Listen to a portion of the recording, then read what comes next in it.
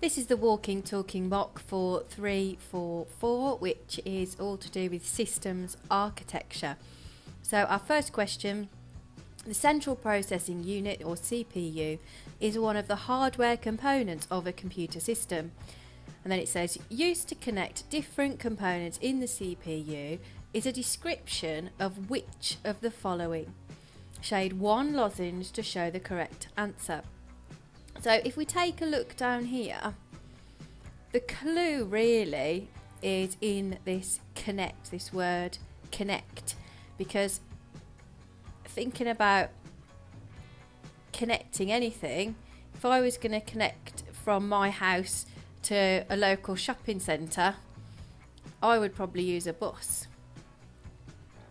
So a bus is going to help me connect to things, so that is my most likely answer to choose from here. So used to connect different components in the CPU. So the bus moves around and it does connect all those different parts together. So I'm pretty confident that that is going to be the correct one there. We then got explain how main memory is used during the effects execute cycle. So our main memory is where all of our instructions are stored. So main memory stores the instructions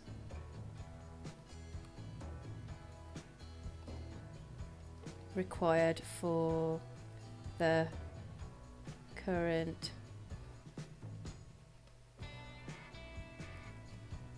application or processes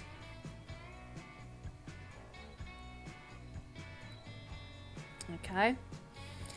So the fetch execute cycle will fetch instructions, so the cycle will fetch instructions for the processor. It could also store current instructions that are being run by the CPU. And the other thing that it is going to store is any data. So it will also store any data that has been calculated by the CPU. So increasing the amount of cache memory and changing the type of cache memory can improve the performance of a CPU. And it says state two other ways of improving the performance of the CPU. So it doesn't say anything about if there's any cores or anything, number of cores on here. So I'm going to use one of my examples as the number of cores. So increase the number of cores, so more instructions can be processed. And I've just realised this is saying state, so I don't really need to write these full long answers. So increase the number of cores so more instructions can be processed. The number of cores would probably be inadequate there. The other thing that I can do is to increase the clock speed.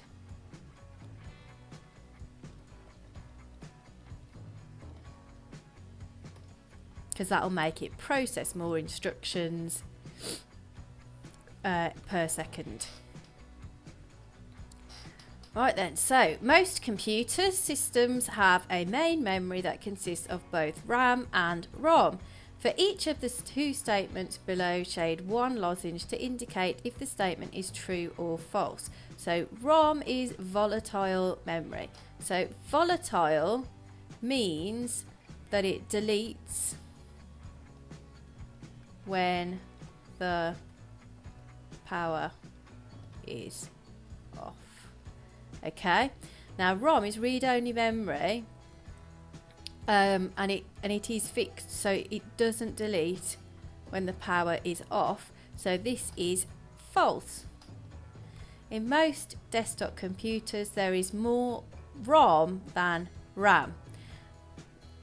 So RAM is quite large and it's expandable as well, because you can have expansion slots and put more RAM in, whereas the ROM tends to be fixed. So when it says in most desktop computers there is more ROM than RAM, this will be false. So our washing machine, it says most modern washing machines are embedded systems. Embedded systems normally have less main memory than non-embedded systems. Describe two other likely differences between the main memory for a washing machine and the main memory for a non-embedded system. Now, washing machines tend to have fixed applications. That you don't upgrade. That's just a typical scenario. So typically the application for a washing machine would be stored on ROM instead of RAM, and the RAM would only be needed to perform any calculations. So RAM would be used for storing calculations, all the results from calculations. So in this situation, whereas it's opposite with a desktop computer has more RAM than ROM. With a washing machine, you would probably have more ROM than RAM, because the application would be stored on the ROM. So embedded systems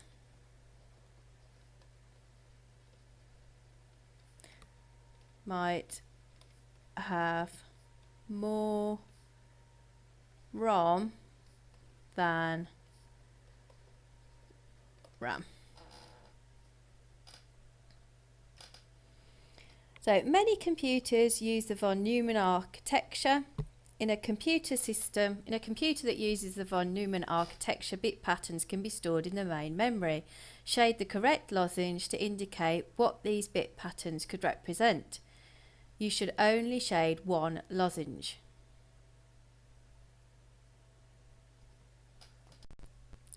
So the main memory can store and use data and instructions. So we're looking at C for this one. So I'll just shade that lozenge there. Then we've got 5 components of a CPU are given below. For each row in table 1, choose the letter A, B, C, D or E that best matches the description. Letters should not be used more than once. So these are all of the components and these are the descriptions. So I'm going to go for this one first, because it says completes calculations, and so you should know really that the arithmetic logic unit, it does arithmetic, so that's going to be that one, isn't it? So that one's hopefully quite obvious. Then we've got decodes the instruction. So if you remember our diagram, the current instruction appeared in the control unit, so that will be C. And then we've got sends a continuous series of electronic pulses.